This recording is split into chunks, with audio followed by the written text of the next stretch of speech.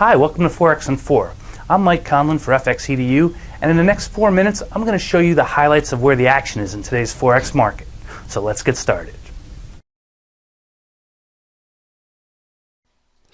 Good morning. Today is Thursday, July 21st, 2011. This morning we're talking about Europe goes first, and with that I'm referring to the meeting going on in the Eurozone with the Euro finance ministers. All right, the ECB, all the banks are trying to figure out the problem here, this debt crisis, what they're going to do about Greece. All right, news is trickling out that they've got a preliminary agreement in place between France and Germany, although exactly what the details of that agreement are at this point are uncertain. All right, but there's two problems going on here. We've got first, Greek debt that we have to deal with. Their 2-year note just went above 40% yesterday, which 40% interest to pay. That's I'm surprised that's not happening in Italy. If you think about things like loan sharking, that's actually a joke. So don't take that seriously. But in all fairness, 40% is a little bit outrageous, and we know that that's not sustainable. So we're going to see what they're going to do there about Greece. All right, and then the next step is that they have to do something about the contagion, potentially spreading to Spain and Italy.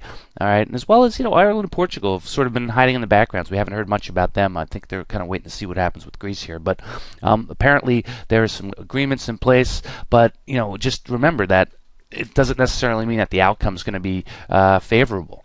All right, it's going to remove the uncertainty, but it's doesn't necessarily mean it's going to be a favorable outcome. It's sort of like, if you're in a currency trade and you're somebody who places a trade and you don't take into account where you want to get out if you're wrong on your assessment of the position, and you've just got this uncertainty going on where you don't know how big your loss is going to be. And that's why in the currency market we say you always have to place a stop loss. You always have to know where you want to get out ahead of time.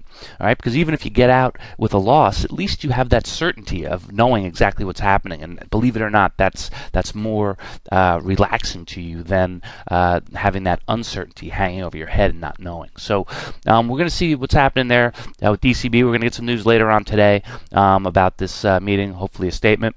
Now, meanwhile, in Europe, PMI figures have come in lower than expected. All right, so manufacturing across the board has just gotten a little bit less, and it's slowing down here. But you can see, Euro pulled back from just under 140. What is this? 142.50 area, right where the pivot points are. All right, so we're just underneath the daily pivot, and we're sitting just above the 38.2 retracement level on a daily chart. All right, just want to flip over here for a quick sec. We're going to move to the UK. Okay, UK had retail sales figures come in, and they came in actually better than expected. 0.2% gain for the month versus an expectation of no change. All right, so that's actually pretty good. And actually overnight, consumer confidence figures came in the UK, and they were a little bit better as well. 51 versus a expectation of 49. Granted, that was lower than last month. But we've sort of been setting these low bar metrics here, so that's kind of what we're looking at the UK. And you can see we eclipsed 162. Okay, just yesterday we called the trade from down here up to about 161.75. So that looks to have filled out. And while we're at it, and I'm pointing out good trades. I'll mention the trade I also mentioned the other day here on this bull flag on New Zealand. Okay, you can see we've reached an all-time high here on the Kiwi, just under 86 cents. All right, I think I put an 87-cent target on it. That may be a little bit aggressive considering what's going on. So if you were somebody who took that trade, you may want to just try and grab out of it if you can. So that's really what's kind of happening here. Now in the U.S., we've got our own debt ceiling debate going on, and while we mentioned deals may be imminent, there's really nothing to speak of yet. So it looks like we're going to have to hear from the Eurozone first to really get an idea of what's going on. All right, but later this morning we're going to get initial jobless claims. All right, and they're expecting that. I'm sorry, that's continuing claims. They're expecting 410,000. So we're going to be around that 410 metric, and that's going to be just something we're going to have to deal with. On yesterday's existing home sales figures, they came in disappointing after the previous day's housing starts and building permits figures came in better than expected. All right, so we're just going to kind of wait and see what's happening. But you can see that all eyes are really on Europe today and what's happening. So we've got some risk aversion going on in the market. European stocks are lower. Just want to show you the Aussie as well. Let's break it down here to the... let's go down to the 30-minute chart. Okay, you can see that the Aussie's just trading a little bit lower here.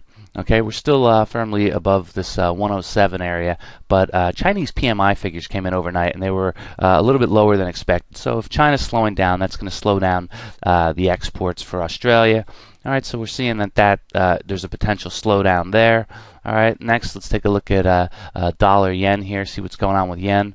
All right, you can see that yen's sitting just below 79 area, just below the daily pivot. You know, a lot of people are still talking about Japanese yen or Bank of Japan intervention. All right, I don't see any signs of this happening yet at these current levels, but if dollar continues to weaken, then perhaps we could see something happen. And then later this morning, we're going to get the Philly Fed and a U.S. house price index, which is expected to show little gains. So that's really about what's going on here. I mean, you can kind of sometimes take this fundamental data and just say, all right, well, you know, it's important, but not as important as what we're going to hear out of Europe. So the market's really waiting on that. All right, you can see oil prices are lower on the slowdown, particularly Chinese slowdown, PMI, and we had a big sell-off here yesterday, a little bounce, but now we're coming back down. So we're under the daily pivot on oil. All right, and we can see that gold's back up to around $1,600 even, which is above the daily pivot as well. So that's what we're looking at today, folks. Keep an eye on this euro deal. It could be some volatility as the news sort of trickles out. I mean, this isn't you know, one specific data point that the market's waiting on, like the non-farm payrolls. Okay, but if you know they're coming out with a statement and they're saying a bunch of different things, you could see some wacky volatility. So not certain exactly what time they're expected to come out. So just be on alert for today's trade. So that's what I've got for today.